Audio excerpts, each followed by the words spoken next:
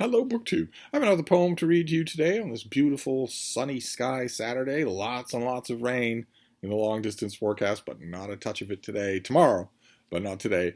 And since it's a beautiful day, I thought I would read you a poem about war and death.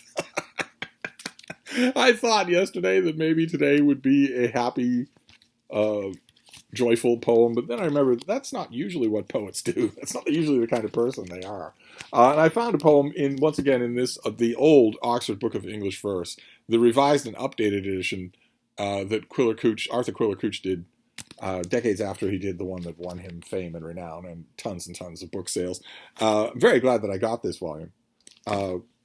It needed a little bit of tender love and care up there at the top, but it's fine. And today we're going to read a poem that, like a lot of the poems in the Quiller Couch Oxford Book of English Verse, was once very famous, was once really well anthologized, well known. People quoted it. It was alluded to in Punch cartoons. So that's when you know that a poem is fairly well known, is if you can expect that ordinary people will have heard something about it. It isn't anymore. It's well and truly gone now. But this is called Into Battle. The naked earth is warm with spring, and the green grass and bursting trees leans to the sun's gaze, glorying and quivers in the sunny breeze.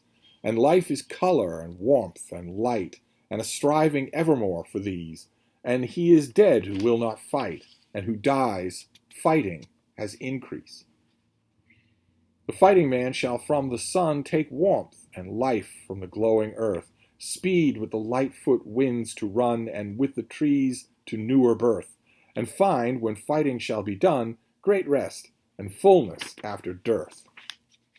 All the bright company of heaven hold him in their high comradeship, the dog-star and the sisters seven, Orion's belt and sordid hip. And that's sordid as in a sword at his hip, not S-O-R-D-I-D. Get your minds out of the gutter, BookTube. I can't take you people anywhere. The woodland trees that stand together, they stand to him, each one a friend. They gently speak in the windy weather. They guide to valley and ridge's end. The kestrel hovering by day and the little owls that call by night bid him be swift and keen as they, as keen of ear, as swift of sight. The blackbird sings to him, brother, brother, if this be the last song you shall sing, sing well, for you may not sing another. Brother, sing. In dreary, doubtful waiting hours, before the brazen frenzy starts, the horses show him nobler powers, O patient eyes, courageous hearts.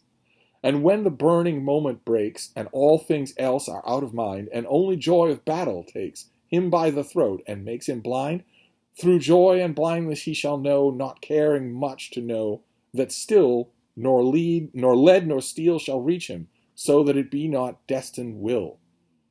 The thundering line of battle stands, and in the air death moans and sings, but day shall clasp him with strong hands, and night shall fold him in soft wings. And that was written in 1915 by Julian Grenfell, called Into Battle. And it is exactly what it says it is. It is a hymn of praise to battle that could not have anything more wrong with it. The only thing that's right about this poem is the lovely form of it. It is a beautifully constructed poem. In order to keep the conversational rhythm going, I didn't do justice to the end rhymes the way I could have if I were a little bit more stilted. That is not the way you would have heard this poem read out loud in 1915 or 1916. I imagine somewhere out there in some archive, there are recordings of people who read this poem out loud in the 1920s, and they would not have put the emphasis as where I did. And those people who would have encountered this poem encountered it after its author was dead. It was published after he died in battle. He died in World War I. Not perhaps in the way that he envisioned. A lot of the young men, Julian Grenfell was a thug. He was a big, fairly conventionally handsome ogre. And when he writes about the joy of battle, he means the joy of killing. And when he writes about the joy of killing, he means it.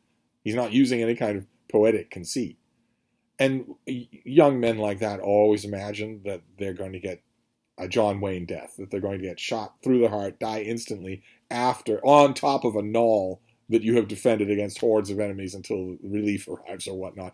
When in reality, Julian Grenfell died in a way that quite a few young men died in World War One, which was from shock, from concussive force.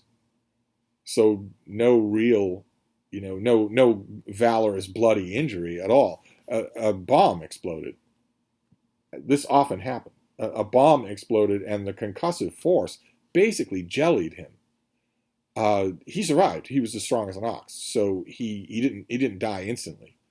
But his brain was muddied. His skull was fractured badly. His internal organs were ruptured very badly. He didn't die right away. He lived for weeks and was able to apostrophize and make all sorts of semi-coherent statements to his family and friends before he finally did die. But everything that he says about battle in this poem is just dead wrong. And ordinarily, when somebody writes a poem in which they are dead wrong about battle, in which they're saying all this folderol about how, the songbirds sing you on to battle and whatnot, and how you're exalted out of yourself because it's such a sweet joy, all that crap from Robert E. Lee, is well, that war is so terrible, or we should grow too fond of it.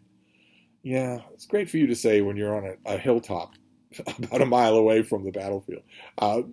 It's full of that kind of nonsense, and ordinarily when we encounter that kind of nonsense, it's from somebody who is an armchair general. There is someone who's not in the front lines. We have plenty of excellent, beautiful poetry from poets who were Julian Grenfell's exact contemporaries, people that he dunked and kicked and bullied and harassed when they were at school together. He was the guy who did that. And we have plenty of poetry from them about what it was really like to go over the top, which is what he's describing here. How did he put it? Let's see here. How does he put it? Yes, then when the burning moment breaks. What that means is you are ensconced in a trench or a redoubt of some kind, and then you get the order, a trumpet blast, a bugle blast, to form ranks and storm onto the battlefield. You get up out of protection and out onto a battlefield where what was it? What was it? We were told here. Yes, the air, death in the air, death moans and sings. That's a reference to bullets. And we have plenty of first-hand accounts, not just poetry, of course, lots and lots of memoirs, but plenty of great poetry about what it really felt like to do that. And it was not exultant. It was not a wonderful call to Valhalla. The only way you would think that is if, like Julian Grenfell, you were a hood-eyed, dim-souled psychopath. Someone who almost certainly, had he lived, would have gone into Victorian colonial service so that he could brutalize the natives. In every aspect of what he says here is wrong. You've got that poetic business about how the little owl singing at night. In the battle zones where he was actually stationed, there was nothing like that. The natural environment for miles around had been completely destroyed. Completely. And that business, oh my God, it still stills me. That business that he says about the horses. The horses show him nobler powers, oh patient eyes, courageous hearts. You shouldn't be under any illusion, but I'm sure that Julian Grenfell really did believe that the horses were also acting out of patriotism. The horses were not acting out of patriotism. They were almost all killed. They knew, even in the dim way that horses do, they knew perfectly well what was going on. They weren't volunteers. They were slaves. They weren't even conscripts. They were held in place.